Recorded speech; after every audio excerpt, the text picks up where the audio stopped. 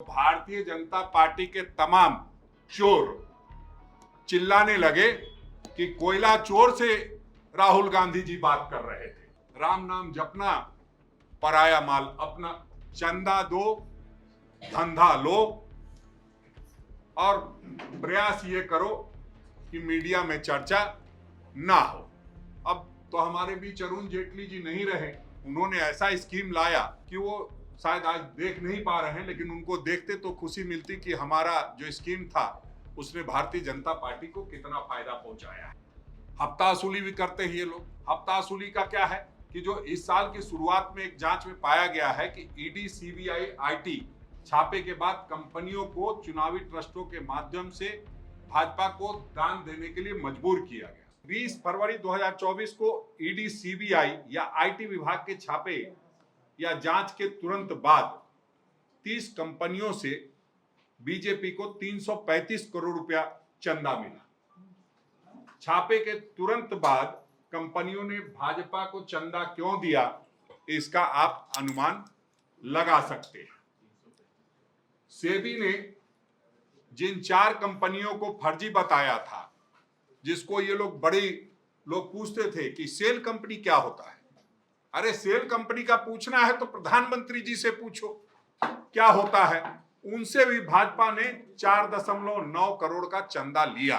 Electoral bond से जुड़ी जानकारी सामने के आने के बाद पहला विश्लेषण है, जिसे एसबीआई ने चुनाव के बाद स्थगित करने के लिए हफ्तों के प्रयास के बाद जो कल रात में सार्वजनिक किया है, उसमें 1300 से अधिक कंपनियों और व्यक्तियों ने इलेक्ट्रोल बॉन्ड के रूप में दान दिया है, जिसमें 2019 के बाद से भाजपा को 6000 करोड़ रुपया से अधिक दान दिया गया। चंदा दो धंधा लो, और प्रयास ये करो कि मीडिया में चर्चा ना हो। इसी के लिए इलेक्ट्रोल बॉन्ड लाया गया। अगर सीधे कोई चंदा देता तो चर्चा भी होती। इलेक्ट्रोल बॉन्ड, अब तो हमारे बीच अरुण जेटली जी नहीं रहे। उन्होंने ऐसा स्कीम लाया कि वो शायद आज देख नहीं पा रहे हैं, लेकिन उनको देखते तो खुशी मिलती कि हमारा जो स्कीम था उसने भारतीय जनता पार्टी को कितना फायदा पहुंचाया है। हफ्ता वसूली भी करते हैं ये लोग। हफ्ता वसूली का क्या है कि जो इस साल की शुरुआत में एक जांच में पाया गया है कि ईडी, सीबीआई, आईटी छापे के बाद कंपनियों को चुनावी ट्रस्टों के माध्यम से भाजपा को दान देने के लिए मजबूर किया गया। राम नाम जपना, पराया माल अपना, वो वाली बात सत्य हो जाती। सीरम ने 52 करोड़ रुपए दिए। सीरम को कंपनी को एक अधिकार दिया गया कि जितना वैक्सीन लगाइएगा आप ही लगाइएगा और कोई नहीं लगाएगा। और जब इन लोगों का पेट नहीं भरा 2 डोज से, तो बूस्टर डोज लेके आए, और बूस्टर डोज ने कई लोगों के घर में उनका अभिभावक छीन लिया, कई का भविष्य रूपी उनका बच्चा छीन लिया। हार्ट अटैक की जितनी भी घटनाएं हुई हैं और जो सर्वे और जो रिसर्च सामने आ रहे हैं, उसमें स्पष्ट है कि वैक्सीन का जो फलाफल है कि इस तरह की घटनाएं सामने आ रही है। तो आपने जिंदगी के साथ खिलवाड़ करने का काम किया है। जीविका के साथ तो किया ही, जिंदगी के साथ भी खेलने का कारोबार आपने किया है। हम समझते हैं इतने के बाद भी अगर जनता को घृणा नहीं होगी तो प्रधानमंत्री जी ये धंधा अपना जारी रखेंगे। लेकिन मैं समझता हूं कि जिस तरह से इस तरह की घटनाएं सामने आई है कि मेघा को दिसंबर 2022 में बीकेसी बुलेट ट्रेन, जिसमें बड़ा बड़ा सपना दिखाते हैं, उसमें भी इन्होंने 56 करोड़ का दान ले लिया। बुलेट का जो ट्रेन स्टेशन का कॉन्ट्रैक्ट दिया, उसमें भी उन्होंने 56 करोड़ का खेल कर दिया है।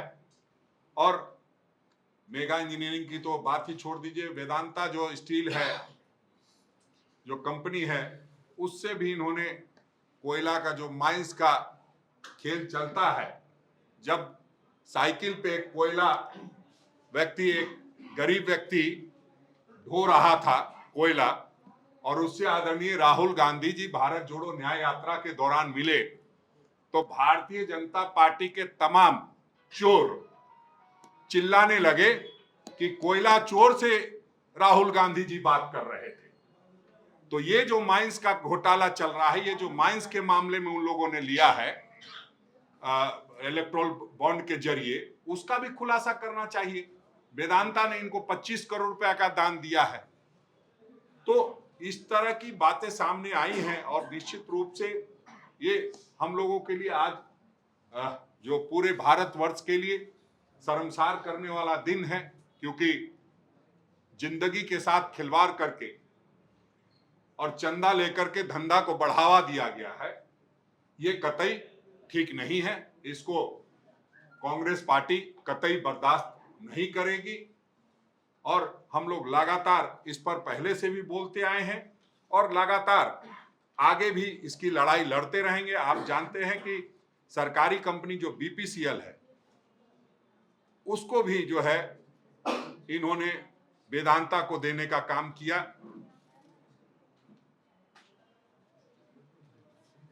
उसके बाद 400 करोड़ रुपए से ज्यादा इलेक्ट्रोल बॉन्ड जो है वेदांता ने दिया है। नवयुग इंजीनियरिंग कंपनी ने भी 90 करोड़ के बॉन्ड खरीदे और दान दिया। कंपनी यही कंपनी है जो उत्तराखंड में सुरंग बना रही थी, तो 41 मजदूर 17 दिनों के लिए फंस गए थे और मामले की जांच आज तक पूरी नहीं हुई है। उसके बाद गाजियाबाद स्थित जो जसोदा हॉस्पिटल पर कोविड के दौरान जनता से वसूली के आरोप लगे थे, जसोदा हॉस्पिटल पे भी छापा पड़ा था। जसोदा हॉस्पिटल ने 162 करोड़ का बॉन्ड खरीदा और दान करके जो भारतीय जनता पार्टी का वॉशिंग मशीन है उसमें धुलने का काम किया। बहुत सारे इस तरह के केस हैं जिसको आप लोग, अभी तो शुरुआत है, आज तो पहला दिन है। हम समझते हैं आते आते बहुत सारी चीजों का खुलासा होगा। और ये जो अडानी के बारे में कुछ चैनल बहुत गला फाड़ फाड़ के चिल्ला रहे हैं, अब इन कंपनियों में देखना होगा कि उनका कितना स्टेक है। अभी ये बात सामने आना बाकी है। इनके पास, अडानी के पास इन कंपनियों के कितने शेयर है और कई ऐसी कंपनियां हैं जो अडानी की सेल कंपनियां हो सकती है, उसका कैसे और क्या हो रहा है। जैसे कोयला खनन का काम जो कंपनियां कर रही हैं, तो बहुत सी कंपनियां अडानी के लिए भी कर रही है, तो वो सारी चीजें सामने आएगी। मैं अभी इसलिए मैं नहीं बोल रहा हूं, और इसलिए बोलना पड़ रहा है क्योंकि कल देखा कुछ चैनल्स में जो ज्ञाता लोग हैं, जो ज्ञानी लोग हैं, वो अपना ज्ञान बांटने का काम कर रहे थे बेशर्मी के साथ, तो इसलिए कहना पड़ रहा है। मैं इतना ही कहूंगा।